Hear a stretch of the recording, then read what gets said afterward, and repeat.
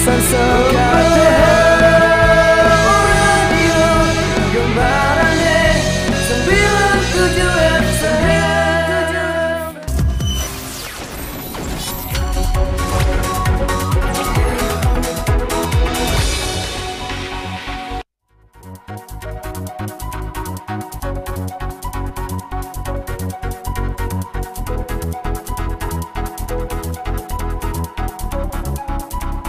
Halo, selamat pagi. Selamat datang dalam webinar Invest in Sustainable Business Opportunities of Musi Banyuasin.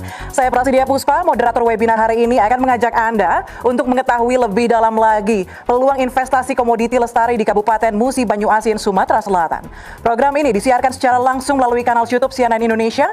Jika Anda memiliki pertanyaan, silakan jangan ragu-ragu menuliskan pertanyaan Anda dalam chat box di laman YouTube ini ya. Bersama saya di studio juga sudah hadir ada Bupati Kabupaten Musi Banyuasin, Dodi Reza Alex Nurdin. Pak Dodi, selamat pagi. Selamat pagi. Apa kabar Pak? Baik. Baik sekali ya, sehat selalu.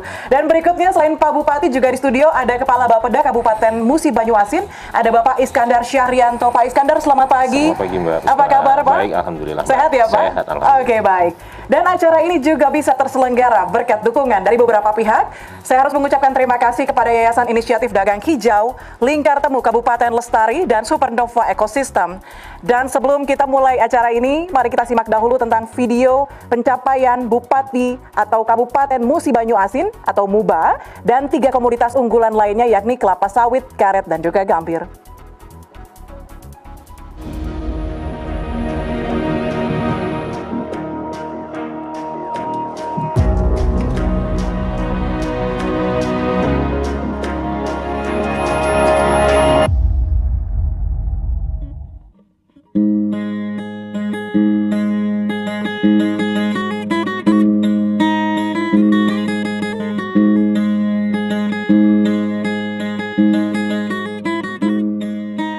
Pembangunan yang berkelanjutan itu pertama adalah dalam konsep bahwa seluruh pembangunan itu mengusung konsep lestari dan sustainable. Kenapa dia sustainable? Karena dia bisa terbarukan. Dia mengusung konsep-konsep kelestarian, sangat memperhatikan lingkungan, tidak menyebabkan deforestasi dan lain sebagainya. Ekonomi lestari atau ekonomi yang berkelanjutan sangat penting buat suatu kabupaten, bukan hanya di Musi Banyuasin, karena tanpa adanya konsep dan juga implementasi dari ekonomi hijau atau lestari ini, agak sulit kemudian suatu kabupaten mencoba mendapatkan keuntungan atau manfaat yang berkelanjutan ke depannya. Dengan ekonomi lestari, kita harapkan apapun yang kita kemudian investasikan bisa juga berkontribusi tetap menjaga lingkungan yang ada, sehingga sumber daya alam seperti hutan, gambut, air, dan sebagainya tetap ada. Dan daya dukung lingkungan ini sangat penting untuk investasi ke depannya juga, dan kemudian juga kehidupan masyarakat di sekitar.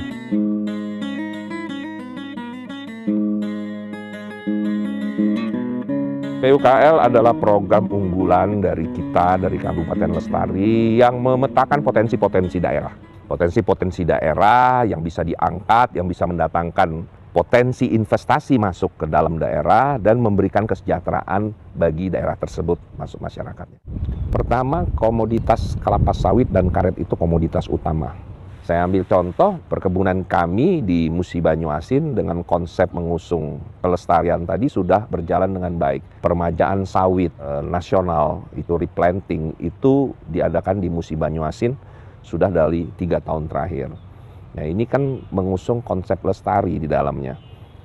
Tidak ada konsep misalnya membuka hutan di dalam itu meremajakan dari kebun-kebun sawit yang sudah tua. Kemudian ada good agricultural practices di dalamnya yang harus ditaati oleh setiap petani yang diberikan bantuan permajaan sawit tersebut. Kemudian kita lanjutkan hilirisasinya ke dalam bentuk produk IVO atau Industrial Vegetable Oil yang nanti turunannya bisa untuk produk biofuel, bensin sawit atau bahan bakar nabati, dan juga produk olahan untuk makanan misalnya. Untuk yang di tahun tanam 91-92 yang waktu itu baru 48 bulan baru menghasilkan.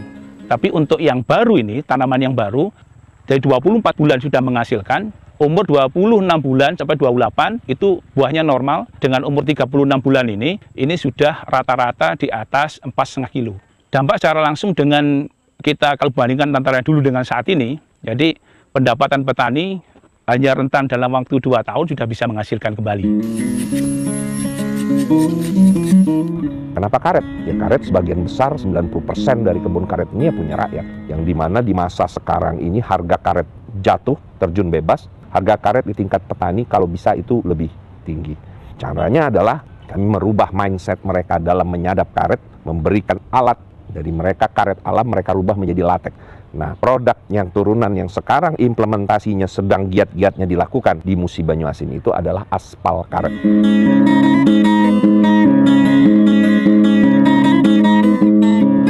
Kenapa Musi Banyuasin adalah prospektif bagi kita? Karena memang kita langsung punya kemitraan dengan petani.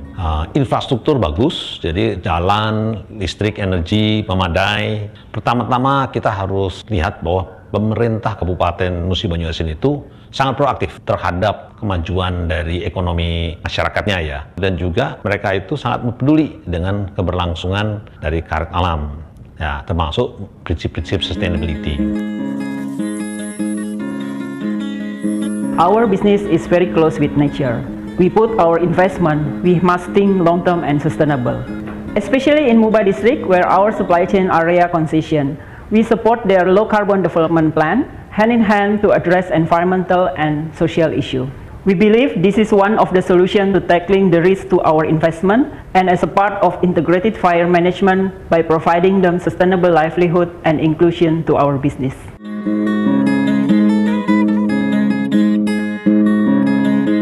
Yang ketiga soal gambir. Gambir ini unik karena gambir ini produk asli dari Musi Banyuasin dan kualitasnya paling bagus di Indonesia dari Musi Banyuasin.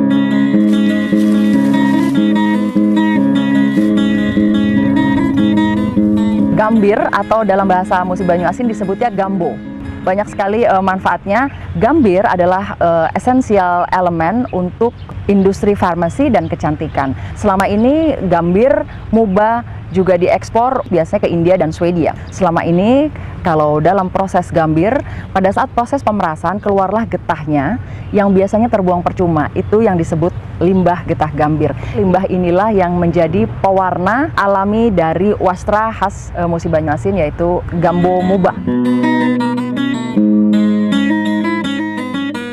Pembangunan yang berkelanjutan ini merupakan sebuah tujuan, goals yang mana nanti muaranya itu mengarah kepada visi kami yaitu Green Growth Governance. Ini terbuka untuk seluruh yang berminat untuk menanamkan investasi di Musi Banyuasin.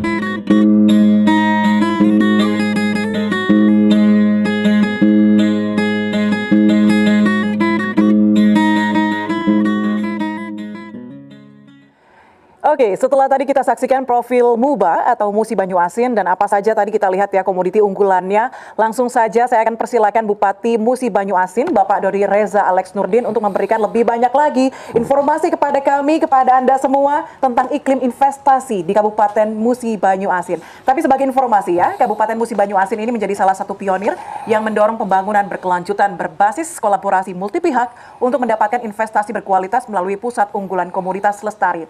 Jadi langsung saja nih kita persilakan Bapak Dodi untuk memberikan paparannya mengenai apa saja kekuatan dan keunggulan dari Kabupaten Musi Banyuasin. Paparan ya. Silakan. Oke, kita sharing sebentar di sini. Jadi terima kasih Mbak Puspa, moderator kita dan seluruh hadirin yang menyaksikan webinar ini. Saya apresiasi sekali nih karena jarang-jarang kita semua kolaborasi seluruh pihak dalam satu webinar bicara soal Green Growth Governance. Bagaimana konsep-konsep berkelanjutan dalam pembangunan yang lestari, dalam sustainability-nya itu bisa kita tampilkan. Nah, mungkin saya akan menyisir slide demi slide, tapi nggak terlalu panjang lah, supaya kita bisa ambil yang penting-penting aja. Slide pertama mungkin ini mengenai awal titik mula dari bagaimana kami menerapkan tata kelola yang baik dalam membangun dalam Musi Banyuasin ke depan. Di awal ini titik tolaknya mungkin pada tahun 2015, yaitu 5 tahun yang lalu, ya. Kebakaran hebat melanda Indonesia. Pada waktu itu darurat sekali, Sumatera bagian selatan, Kalimantan itu benar-benar sangat mempunyai dampak yang luar biasa, bahkan kita sampai ekspor asap ke luar negeri. Jadi waktu itu titik baliknya itu kita juga mengalami kebakaran hebat yang membuat Kabupaten Musi Banyuasin ini terdampak. Jadi karena lingkungan kami ini lingkungan gambut, jadi mudah sekali terbakar. Nah, oleh karena itu sejak kebakaran ini maka kami mencoba untuk mengusung sebuah konsep pembangunan yang berdasarkan dari kelestarian atau keberlanjutan. Jadi sustainability-nya yang kami tonjolkan melalui pendekatan dari ekonomi lestari.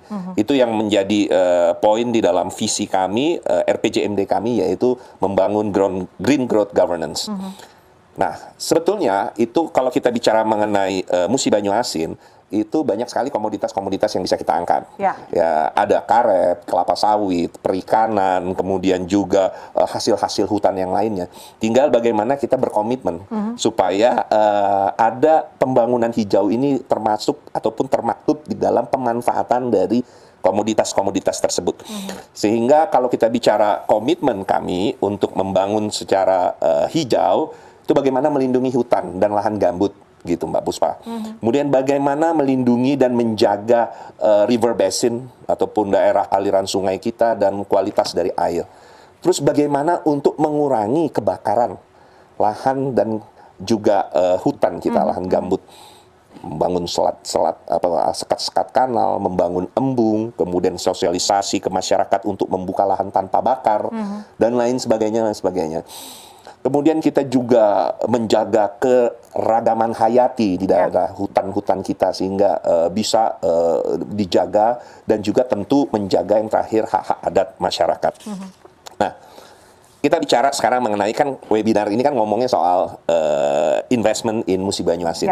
Saya bicara sekarang iklim bisnisnya kayak apa gitu loh. Saya coba untuk dalam hal ini memaparkan sebetulnya apa sih opportunity yang bisa kita ambil yang kalau ada investasi yang akan masuk di Musi Banyuasin. Kalau bicara soal migas, mungkin sejak dari zaman Belanda kita sudah ekspor. Malah sekarang dengan penemuan terbesar keempat di dunia gas alam oleh Repsol di daerah kami, diprediksi dalam 2 tahun kami akan menyaingi blok tangguh di Papua. Karena sudah ada blok yang sekarang, blok migas, kita bicara dulu gas yang sudah mengalir sampai ke Singapura. Jadi Singapura itu juga terang karena Musi Banyuasin. Jadi gasnya dari kami. Kami penghasil gas besar. Tetapi di lain dari itu, banyak sekali opportunity maupun kesempatan yang datang misalnya dari perkebunan, dari kelapa sawit. Mbak Puspa, tahun 2017 akhir, peremajaan sawit nasional untuk petani-petani rakyat itu dilakukan pertama kali di Musi Banyuasin oleh Presiden Joko Widodo. Jadi ceritanya gini, petani rakyat itu kan dulu ex-plasma, dari PIR, yang tadinya kebunnya bagus, pohonnya bagus, tahu-tahu udah 30 tahun udah tua. Nggak produktif lagi. Malah kebunnya bisa dikatain udah nggak punya, udah mati. Sedangkan mereka mau meremajakan karena mereka adalah smallholder, jadi yang memang punya kebun kecil-kecil sendiri, itu nggak punya biaya. Sehingga kami pada waktu itu dengan menggandeng BPDPKS, Kementerian Koordinator Perekonomian dan Kementerian Pertanian, itu meremajakan kebun-kebun sawit milik rakyat tadi. Tahun 2017 akhir, Presiden tadi sudah menanam perdana, tadi disebutkan tadi ada itu, dan sekarang sudah berbuah rupanya dalam 2 tahun lebih, karena bibitnya bagus. Dan dikelola dengan bagus. Dikelola dengan bagus, dengan kelembagaan yang baik, dengan KUD yang memang punya legalitasnya sangat baik, dan yang sangat beruntung ini kan masyarakat, jadi petani kecil tadi. Jadi mereka dengan produktivitasnya yang sudah 3 kali lipat dari pohon-pohon tua, dan sekarang sudah berbuah dalam waktu kurang lebih 2 tahun lebih. Bayangkan. Nah sekarang pemikiran kita, what's next? Kan kita sudah meremajakan 12.000 hektar. Tahun ini kami target 15.000 hektar. Tahun depan bisa sampai 25.000 hektar punya kebun rakyat loh, Mbak Puspa, bukan perusahaan besar. Tapi saya berpikir, what's next? Kalau nanti dia hasilnya sudah jadi dan hasilnya pasti bagus, top. Kemudian dijual saja ke perusahaan, ke pabrik-pabrik milik perusahaan besar. Petani kan mendapatkan nilai tambahnya ya cuman segitu-gitu aja. Tapi kalau misalnya kita bikin satu produk hilirisasi, misalnya, kemudian petani petani dilibatkan di situ di dalam pabrik tersebut, maka nilai tambahnya akan lebih bagus lagi. Oleh karena itu, slide selanjutnya mungkin mengenai industri IVO. Jadi dari hasil kelapa sawit tadi, kita akan proses menjadi CPO dan IVO. Ini slide, nah yang ini. Ya, ini menjadi bahan baku energi terbarukan untuk mengganti bensin dari fosil.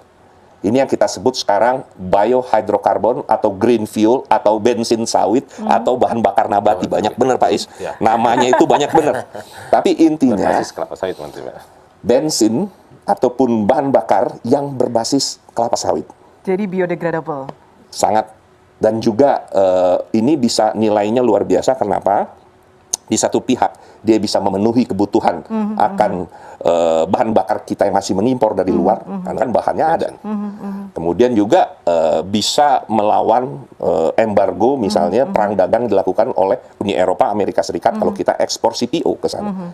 Dan inisiatif ini baru muncul dari Musi Banyuasin. Alhamdulillah kami tentu mendapat dorongan dari pemerintah pusat. Oke. Dan inilah proyek dari strategis nasional untuk bahan bakar nabati berasal dari kelapa sawit. Nah, yang sangat unik di kami, bahan bakunya kelapa sawitnya ini bukan milik perusahaan-perusahaan besar, tapi milik petani-petani rakyat tadi yang menerapkan konsep dari keberlangsungan sustainability di lahan mereka, yang mensuplai bahan bakunya ini menjadi CPO dan IVO. IVO ini Industrial Vegetable Oil.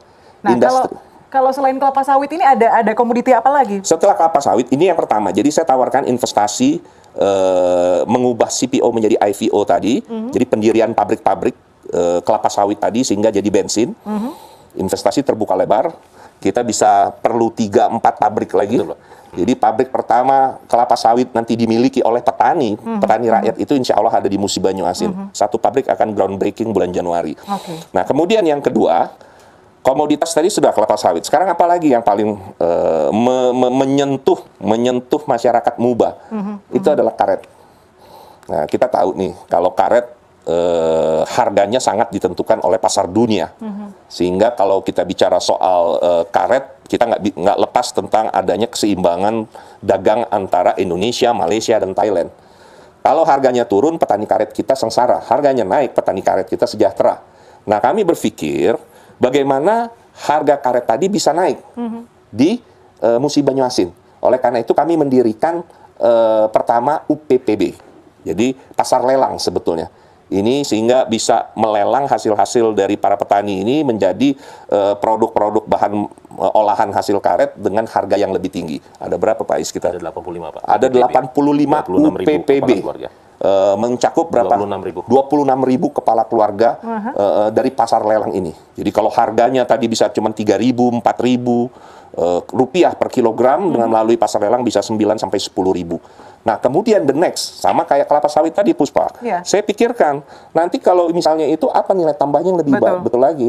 Maka kami melakukan terobosan inovasi hilirisasi karet, salah satunya untuk teknologi aspal karet ini yang berbasis latex. Yes. Aspal karet karena lebih elastis ternyata. Sangat titik kelenturannya cocok dengan kontur tanah yang kita yang berawa, kemudian waterproof, kemudian juga daya tahannya lebih tinggi, dan yang paling penting kan ini menyerap karet dari masyarakat. Sehingga harganya kalau sudah jadi latex itu bisa 21.000. Bayangkan kalau tadi 5.000 yang karet-karet yang artinya yang di karet rakyat gitu, setelah diolah menjadi latex, kami berikan mesin-mesin sentrifugal untuk secara gratis kepada petani untuk mengolah karet alam tadi menjadi latex, dan sehingga bisa harganya menjadi 21.000, bisa sampai 25.000. Tingkat daya beli masyarakat dipastikan akan bertambah. Nah, aspal karet tadi digunakan di jalan-jalan kabupaten.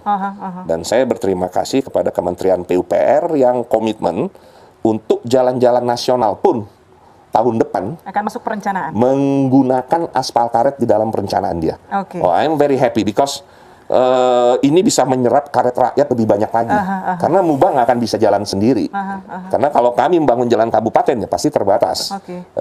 Ruas jalannya terbatas, penyerapan ke tingkat petani terbatas. Tapi kalau misalnya Kementerian PUPR dan sudah berkomitmen, pemerintah provinsi juga sudah berkomitmen untuk membeli aspal karet dari kami, that's a very good reason untuk masyarakat petani. Saya mungkin ke Pak Iskandar sebentar. Pak Iskandar, kalau dari perencanaan, tadi ngomongin soal aspal karet yang dipakai ternyata sudah di sejumlah jalan di Musi Banyuasin. Sudah berapa panjang yang digunakan menggunakan yang dibuat menggunakan aspal karet ini? Kemudian bagaimana respon dari masyarakat, dari respon petani dan juga para pengguna jalan itu? Ya, kalau butuh berapa lama juga proses dari produksi kemudian dibuat ke aspal karet dan kemudian ke jalan? Ya, kalau untuk panjang jalan itu sudah hampir di angka 15 km, Mbak, yang digunakan sejak tahun 2018. Kita dapat penghargaan yang disampaikan oleh Pak Bupati tadi. Itu ada kurang lebih 1,5 kilo. Kemudian di tahun 2020 ini ada kurang lebih hampir 10,5 km yang menggunakan aspal karet. Jadi tahapan-tahapan, kalau dulu kan menggunakan skat ya. Hari ini kita menggunakan latek. Kenapa tadi yang disampaikan Pak Bupati, latek ini punya nilai tambah yang lain. Iya, ada value lebih ada value yang lain, bukan hanya ke sasaran ke aspal karetnya, tapi ada nilai yang lain yang akan kita sasar. Nah, jadi dari segi perencanaan tentu kita mengharap bahwa PU dan juga yang tadi disampaikan Pak Bupati, ada rencana pembangunan jalan tol, jalan nasional yang akan melintasi Kabupaten Musi Banyuasin sepanjang 137 kilo dari Betung sampai Tempino. Itu diharapkan itu bisa menyerap aspal karet. Luar biasa. Nah, kalau berbicara sepanjang 137 km, ini kan artinya akan membutuhkan aspal karet, bahan baku karet yang banyak. Betul. Butuh berapa lama proses produksi ini, Pak Iskandar? Wah, itu cepat, Mbak. Jadi latek ini kan sama seperti bokar biasa, tapi hanya pola pengambilannya dari jam 6 sampai jam 9 pagi gitu. Tidak boleh ditunggu. Karena dia bentuk cair, nanti yang alat yang diserahkan oleh pemerintah kabupaten itu ada sentrifuge dari latek cair itu diolah menjadi latek pekat. Kenapa memisahkan antara latek dengan airnya? Jadi artinya teknologi modern ini membantu sekali para petani. Jadi sehari misalnya kita perlu misalnya karena kapasitas itu ada yang hampir 15 ton per 1 jam satu kali proses itu sehari kita bisa 3 kali proses. Jadi hampir 45 ton kebutuhan yang bisa kita produksi. Lebih dari cukup untuk proses penyiapan itu, Mbak. Dan aspal karet ini kalaupun memang nanti dibutuhkan lagi, kita bisa tambah kapasitas. Ini kan baru satu train ini pabriknya. Ya bisa 2 train, 3 train. Yang paling penting gini, ada komitmen dari pemerintah, baik itu pemerintah pusat maupun provinsi, dan kami tentunya sebagai pemerintah kabupaten untuk membeli atau menggunakan aspal karet itu di jalan-jalan. Dan juga membuka lapangan kerja pastinya, ya, Pak. Ya. Pastinya. Dan ini juga mendapatkan penghargaan, bahkan yang saya dengar dari Menteri Pertanian mendapatkan penghargaan Anugerah Pratama Perkebunan Awards 2020 untuk komoditi aspal karet ini. Hilirisasi karet, jadi sudah 2 kali Mbak Puspa dapat penghargaan. Pertama dari Menteri PUPR karena berkaitan dengan aspalnya. Itu 2 tahun yang lalu. Itu 2 tahun yang lalu. Malah waktu itu saya dapat hadiah 10 miliar. 10 miliar. 10 miliar sebagai reward. Ya udah 10 miliar itu dibalikin. Kami bikin aja jalan lagi aspal karet lagi gitu kan. Kemudian yang minggu lalu ini pada Hari Perkebunan Nasional itu dari Menteri Pertanian karena melihat bahwa hilirisasi karet ini memang perlu didorong. Dan yang melakukan hilirisasi karet di Indonesia ini adalah di Musi Banyuasin. Sehingga mendapatkan ya bukan penghargaan, apresiasi bahwa we are on the right track untuk kita buat downstreaming industri ini, mulai dari karet kemudian hilirisasinya. Nanti juga bisa jadi sarung tangan, bisa macam-macam. Latex kan bisa macam-macam. Dan itu bisa paling nggak tingkat petaninya bisa naik. Betul sekali, memanusiakan petani dengan hasil tani mereka. Betul, begitu ya. Nah ini tidak hanya aspal karet, apalagi Pak yang kemudian jadi komoditi? Tadi yang ketiga bicara kita nih ada soal SMI, ini UMKM ini sebetulnya ini sangat unik juga, nggak kayak seperti misalnya mungkin di tempat lain. Di Muba ini unik karena awalnya gini loh. Jadi saya itu selalu berpikir bahwa harus ada soft approach dalam membangun Muba ini. Biasanya kita ngomong soal yang hard approach, pertambangan itu di Muba, kemudian perkebunan tadi IVO itu Muba. Saya ada pengen sesuatu ada yang soft approach di situ, kuliner misalnya, kemudian kerajinan yang mendunia, ekonomi kreatif, kemudian eco fashion seperti yang kita lihat ini, Rethink Lifestyle, From Waste to Jakarta Fashion Week, Lifestyle Brand and Happy Community. Ini yang membedakan produk wastra kami, produk jumputan yang kami namakan jumputan Gambo Muba, karena satu, dia menggunakan bahan limbah dari gambir. Yang tadi pewarnanya ya? Ya, makanya konsepnya eco fashion, kan kita bicara di sini kan pembangunan hijau. Betul. Karena menurut studi 50% dari limbah kimia di dunia ini berasal dari limbah tekstil. Nah, sedangkan kami menggunakan limbah dari gambir yang bukan kimia. Yang kedua, itu memberdayakan para pengrajin gambo. Ini balik lagi ke gambo, coba first slide-nya. Pengrajin-pengrajin itu adalah perempuan-perempuan di desa-desa. Jadi bukan yang di printing di pabrik atau dicap di pabrik. Benar-benar masih manual ya. Mereka pakai bahan tangan sendiri, Mbak Puspa. Jadi manual sekali. Jadi ini ada unsur pemberdayaan perempuannya di rumah. Menjadikan mereka lebih bermartabat karena mereka adalah jadi salah satu breadwinner di keluarga. Jadi nggak bisa lagi suaminya misalnya semena-mena atau kan kita ada nilai value gender juga di situ. Kemudian juga meningkatkan kesejahteraan mereka karena ini bukan diolah di pabrik, karena benar-benar dijumput. Kalau bahasa kami itu dijumput, itu dijumput menjadi jumputan. Nah hasilnya itu kain-kain di bawah itu sudah melanglang buana, sudah ke Norwegia, kemana, Jakarta Fashion Week, Indonesian Fashion Week, kemudian sudah dipakai oleh Presiden Joko Widodo, bombernya, Ibu Iriana, kemarin Mbak Puan Maharani juga pakai pada saat perayaan Hari Ibu ya, dan juga jadi produk juga untuk interior design. Jadi kalau dilihat itu interior design hotel-hotel bintang 5 di Jakarta dan Bali sudah ada yang memakai produk dari jumputan Gambo Muba. Artinya yang go global ini adalah ide-ide otak-otak dari masyarakat Muba. Ya, jadi sebetulnya kan ini memang seperti kita tahu komoditasnya udah ada. Jumputan Muba itu udah ada.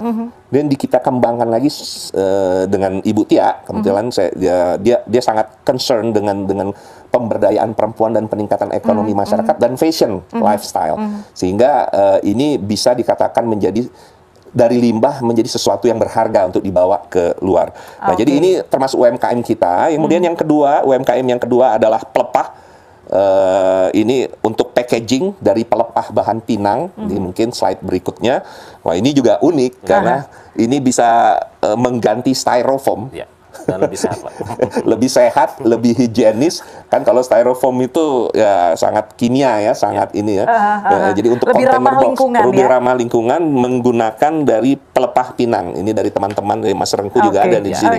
Dari di situ. Nah, jadi konsep semua saya konklusikan dalam hal ini bahwa sebuah daerah, slide selanjutnya mungkin, bahwa kita menggabungkan seluruh potensi yang ada untuk membentuk sebuah circular economy. Jadi ekonomi yang berputar, yang berkelanjutan, yang menggabungkan dari sistem, dari kelembagaan, bagaimana RT RW-nya, RDTR-nya, udah ke kawasan strategik areanya, kemudian bagaimana komitmen dari pemerintahnya, dan bagaimana masyarakatnya diberdayakan dari bawah, para petani, para pengrajin, dan bisa menarik investasi dari luar. Tadi ada yang terlewat satu, mungkin kawasan industri hijau ya. Green Industrial Park sedang kami bangun, sedang kami susun di Musi Banyuasin. Di sanalah tempat kawasan industri yang mengedepankan proses-proses keberlanjutan ramah lingkungan. Di situ nanti pabrik kelapa sawit yang memproduksi IVO yang milik rakyat itu juga terletak di Green Industrial Park tersebut. Di situ juga ada UMKM-nya. Kemudian juga kebetulan itu ada jalan tol Sumatera di sisi kanan kiri. Artinya iklim bisnis hijau ini dengan konsep yang keseluruhan begitu ya Pak? Betul. Jadi ingin menutup ini. Saya bukan sebagai bupati, jadi sebagai marketing di sini, marketeers. Jadi saya mengundang seluruh investasi yang masuk, mulai dari energi kita punya, dari perkebunan kita ada, dan juga dari kerajinan maupun dari small medium enterprises yang mengolah komoditas menjadi bahan-bahan kelas dunia seperti wastra maupun home interior juga ada. Dan jangan lupa di Musi Banyuasin kulinernya juga top. Jadi silakan datang di Muba. Itu yang harus coba ya. Disambut dengan keramahan-keramahan warga Musi Banyuasin.